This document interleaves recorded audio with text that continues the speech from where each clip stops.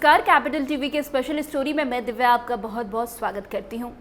केंद्रीय मंत्री गिरिराज सिंह ने बिहार में 18 से 22 अक्टूबर के बीच हिंदू स्वाभिमान यात्रा की। इस यात्रा से जहां बीजेपी की प्रदेश इकाई ने किनारा कर लिया, तो वहीं राज्य में बीजेपी के साथ सत्ता में शामिल पार्टी जेडीयू भी इससे असहज दिखी। गिरिराज सिंह ने ये यात्रा राज्य के भागलपुर, किशनगंज, कटिहार, पूर्णिया और अररिया में की। इन जिलों को सीमांचल का इलाका कहा जाता है। केंद्रीय मंत्री ने अपनी इस यात्रा के दौरान 19 अक्टूबर को कटिहार में लव थूक और लैंड जिहाद की बात कहने के साथ ही सीमांचल में रोहिंग्या और बांग्लादेशी घुसपैठ का मुद्दा उठाया। इस यात्रा ने विपक्षों को बोलने का मौका दे दिया। लगातार उस पर बयानबाजी भी की गई, लेकिन अब यात्रा खत्म होने के बाद भी ये विवाद में है। आरजेडी अध्यक्ष लालू प्रसाद यादव भी केंद्रीय मंत्री गिरिराज सिंह की हिंदू स्वाभिमान यात्रा को लेकर मुख्यमंत्री नीतीश कुमार और एनडीए सरकार पर निशाना साध रहे।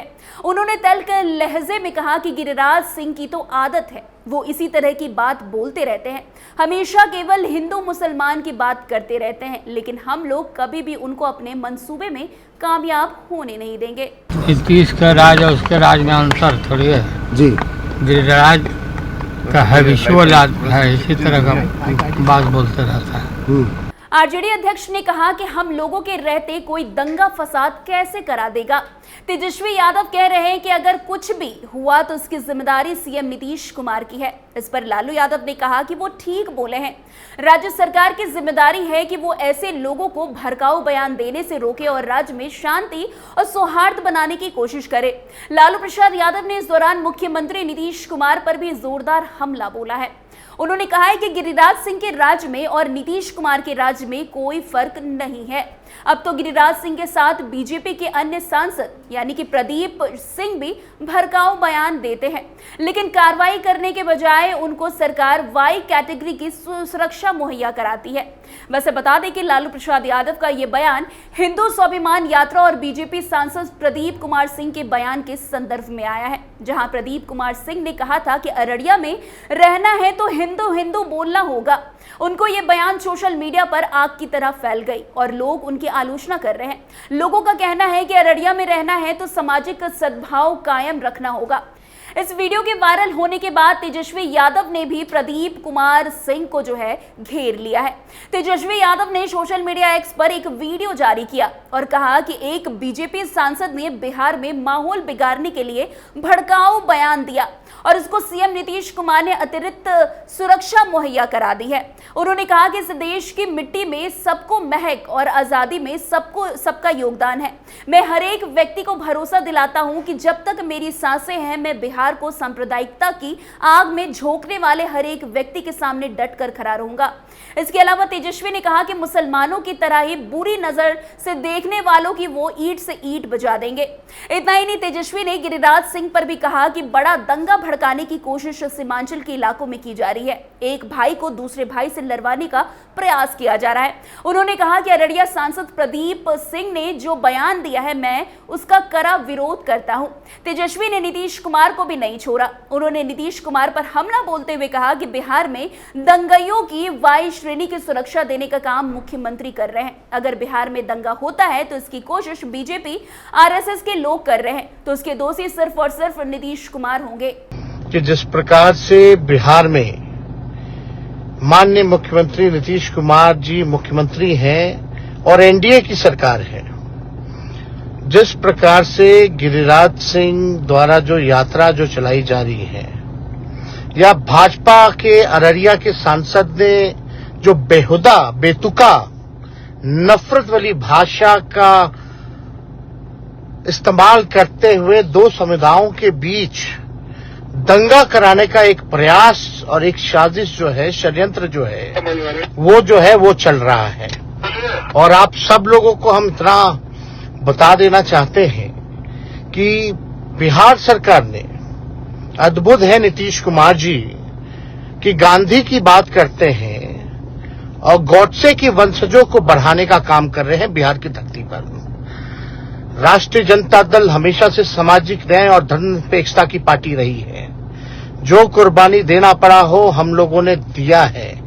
मजबूती के साथ हम लोगों ने सांप्रदायिक शक्तियों से, सामंतवादियों से हम लोगों ने लड़ाई लड़ी है और आगे भी हम लोग जो है लड़ाई लड़ेंगे। बता दें कि बिहार विधानसभा अध्यक्ष नंदकिशोर यादव, नीरज बबलू को Y+ श्रेणी की सुरक्षा दी गई है, तो वहीं जेडीयू एमएलसी संजय सिंह और अररिया सांसद प्रदीप सिंह को Y श्रेणी की सुरक्षा मुहैया कराई गई है, जिस पर अब तेजस्वी यादव और लालू यादव ने कटाक्ष किया है। वैसे सोचने वाली बात है कि वही लालू यादव और तेजस्वी यादव बयान दे रहे हैं जो हमेशा से जात की राजनीति करते आए हैं। आपको थोड़ा नहीं बहुत पीछे लेकर चलते हैं। बिहार में 1990 के दशक में लालू प्रसाद यादव के एक बड़े वर्ग को साधने के लिए भूरा बाल साफ करो की काफी चर्चा अभी तक होती रहती है। आजकल तेजस्वी यादव का A to Z से बाप चर्चा में है। लोकसभा चुनाव से ठीक पहले तेजस्वी यादव ने अपने इमेज को एक बड़े वर्ग के बीच नए ढंग से पेश करने की कोशिश भी की। भूमियार, राजपूत, ब्राह्मण और लाला के खिलाफ पिछड़ा, अति पिछड़ा, दलित और मुस्लिम को एकजुट करने की लालू प्रसाद यादव की रणनीति का हिस्सा था। 15% के करीब सवर्ण वोट बैंक बिहार में है। उसको छोड़कर 1990 के दशक में वे सभी को साधने की कोशिश में सफल भी रहे, लेकिन इस नारे का असर ये हुआ कि समाज में माहौल खराब हुआ, जातीय तनाव पैदा हुआ। इस दौरान नए नरसंहार भी हुए। ऐसे लालू यादव का प्रदीप कुमार सिंह के द्वारा हिंदू हिंदू कहना क्यों खटक रहा है? लालू प्रसाद यादव का MY समीकरण भी काफी हिट रहा है। M का मतलब होता है मुस्लिम और Y का मतलब होता है यादव। बिहार में 17% से अधिक मुस्लिम है, तो वहीं 14% से अधिक यादव, और दोनों मिलाकर एक बड़ा वोट बैंक तैयार होता है। लालू प्रसाद यादव लंबे समय तक बीजेपी का भय दिखाकर इस वोट बैंक पर राज करते रहे। अब बात करते हैं तेजस्वी यादव की। तेजस्वी कहते हैं कि हम लोगों के रहते कोई दंगा फसाद कैसे कर देगा, लेकिन जो लालू यादव ने किया उस पर आप क्यों नहीं कुछ कहते?